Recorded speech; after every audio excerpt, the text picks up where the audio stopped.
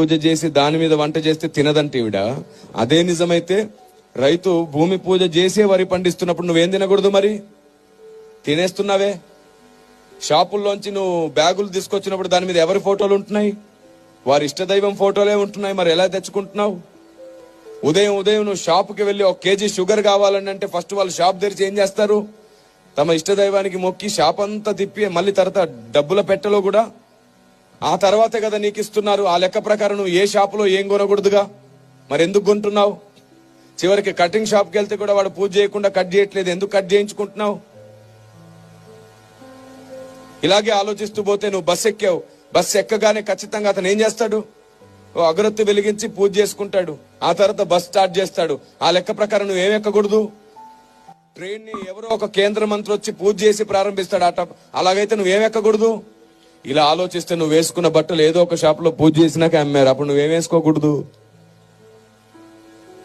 చూసారా? ఈ వీచే గాలి ఉంది చూసారు. ఈ గాలిని హైందవ సహోదరులు వాయుదేవుడా అని మొక్కుతారు. అప్పుడు నువ్వు ఏం పీల్చకూడదు.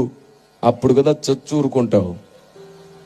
బుద్ధి లేని లాజిక్లన్నీ పెట్టి క్రైస్తవ్యాన్ని ఇంకా వ్యతిరేకంగా శత్రువులుగా మార్చేస్తారా? సువార్తకి ఇంకా ఆటంకంగా నిలబడతారా?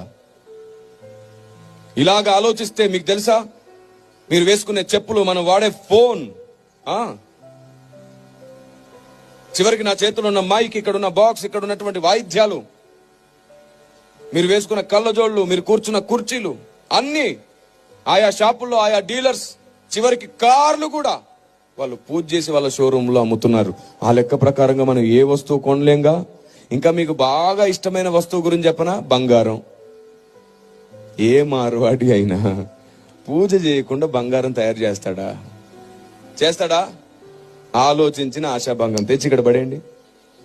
పాస్టర్లు అందరూ కలిసి మళ్ళీ ఇదే కొత్త సంవత్సరం ఇంకా పెద్ద సభ పెడతారు. అప్పుడు మొత్తం మండలం వచ్చి సువార్త వింటారు. ఇక్కడ ఏంటి బంగారం చూద్దాం, వేయగలరా?